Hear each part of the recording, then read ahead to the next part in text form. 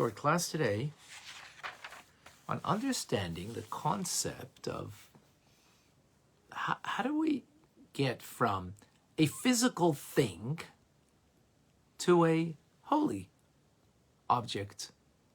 How do we get from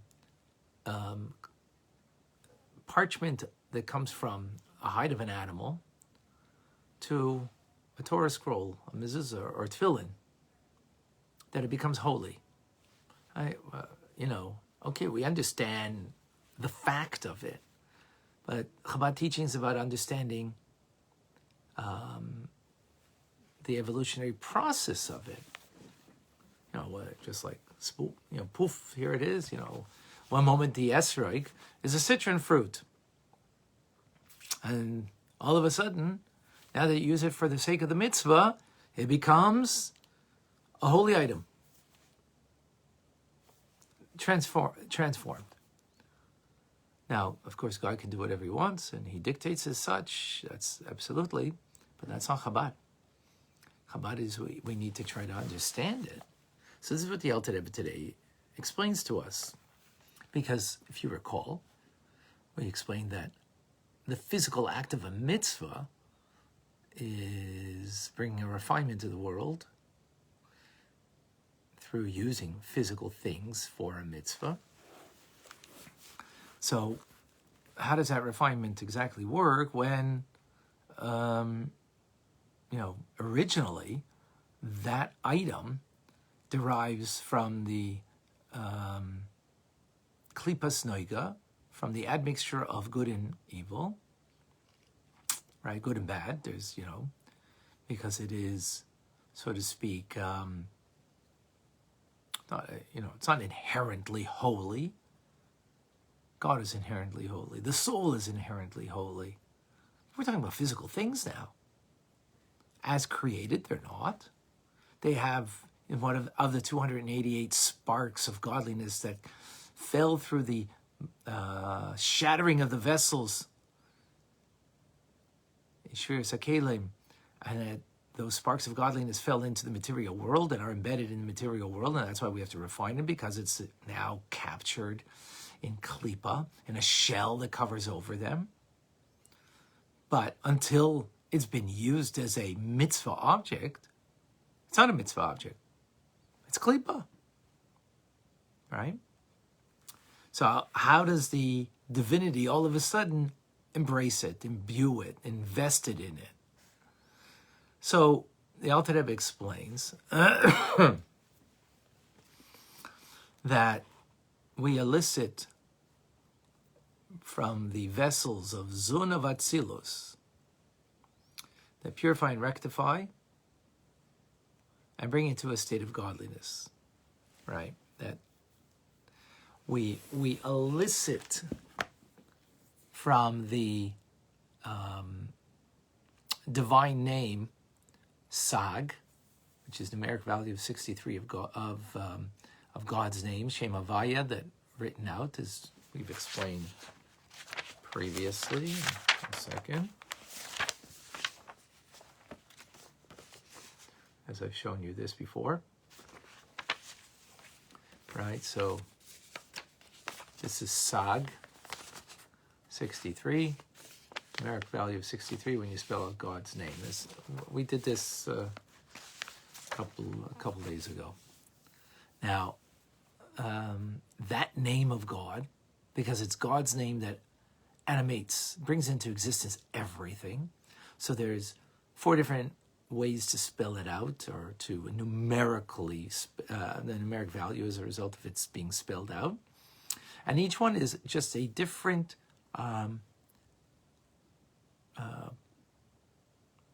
energy or source of divine creativity on different levels. So the name Sag is before the breaking of the vessels, in the world of Tov, in the world of chaos, where the divine light is very powerful, beyond the world of rectification. So what we do is we elicit that divine light, and that's what makes it holy, because it comes from a place beyond the shattering of the vessels, where again, the shattering of the vessels, what a vessel shatters, you have shards. Those shards are metaphorically sparks of godliness that fell into all the spiritual worlds, but primarily this physical world. And our job is to take those shards or sparks of holiness are trapped, and our job is to find that good in the mixture of negativity, take it out, elevate it, and thereby refining. But this object now, mitzvah object of an esrog, paratefillin, right, that comes from one of those shards or those sparks of godliness, right? When you use it now for a mitzvah object, what you've now elicited from it, and through the act of this refinement of using it for a mitzvah, is you've now accessed something that is far and above and beyond what the thing is naturally, shall we say? Because naturally, its vitality is coming from klipa, and now all of a sudden it became a divine mitzvah object because it's getting its vitality from the name Sag, of the divine name of Sag, that is beyond the breaking of the vessels. How does that happen, though?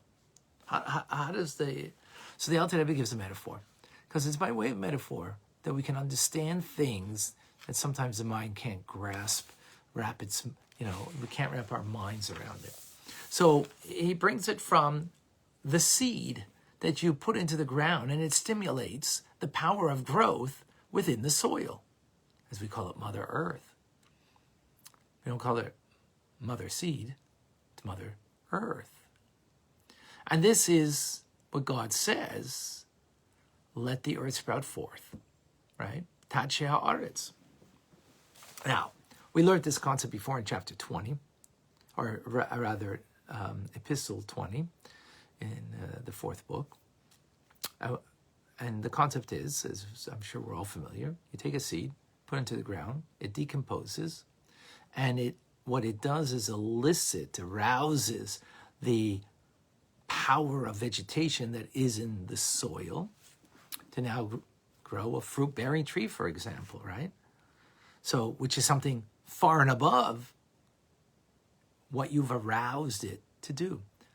So that's a metaphor for us to understand that by us taking an esrog, using it for a mitzvah, taking tefillin, using it for a mitzvah, we are, through that act, arousing, it's like the seed we've planted, we're arousing something that is a universal power of growth that allows it to attach itself, metaphorically, or to the name of Sag, as we mentioned, that transcends the shattering of the vessels. It's the very essence of what we call Adam Kadmon, the primordial man, and that is the first, the primordial thought, the infinite light that's encompassed in creation. And it elicits that power that now vests itself in this object. So, in other words,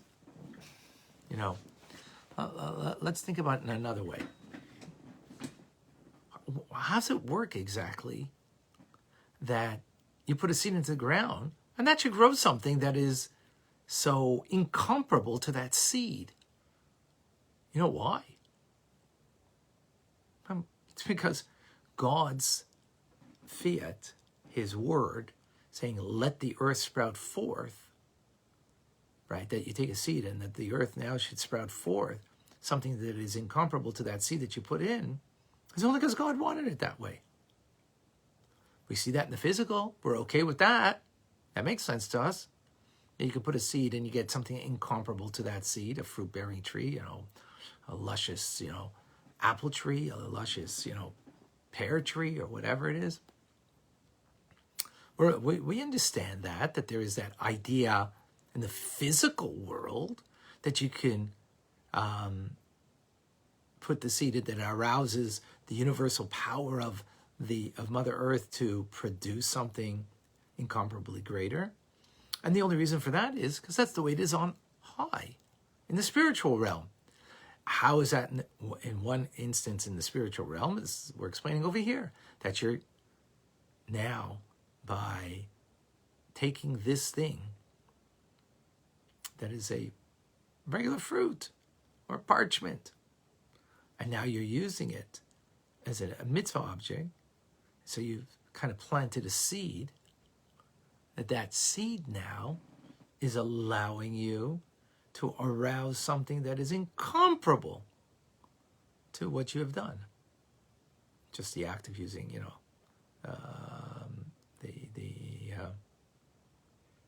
this object for a mitzvah, that now you've aroused from above this incomparable level of divinity as a result.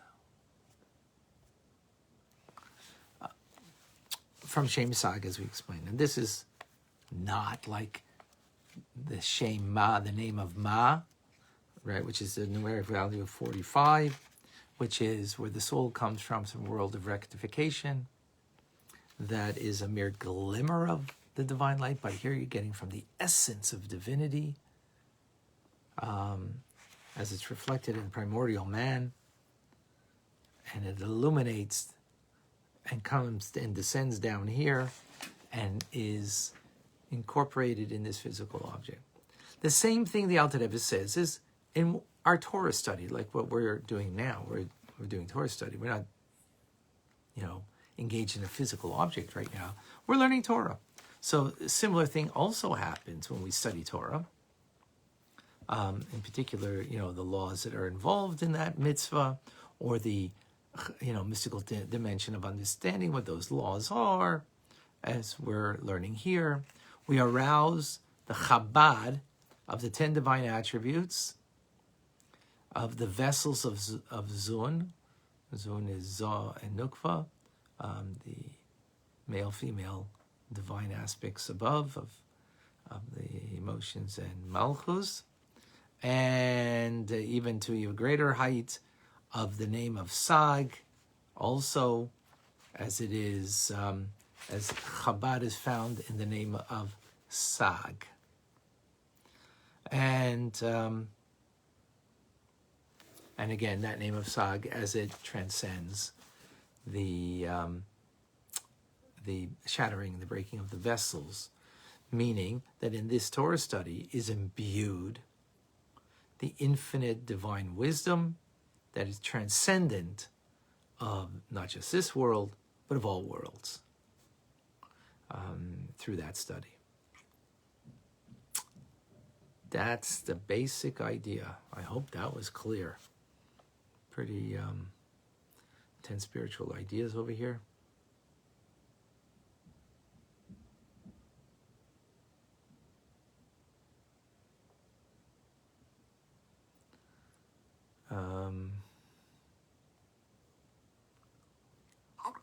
All right. Let's see if I see anything more over here. Any questions? No. All right, folks. As I mentioned, that this part of Tanya is a bit abstract. I hope that was clear, even though it is abstract ideas. We will continue with this idea. We have another, I think, couple three classes in this section and this essay. And we're coming close to the end of another cycle of Tanya. I'm looking forward for its completion, and God willing, beginning once again. I'm Rabbi Ronnie Fine, coming to you from Chabad Zichron Kadeshim in Montreal, Canada. It's a privilege and a pleasure to share with you the Tanya. Have a wonderful day.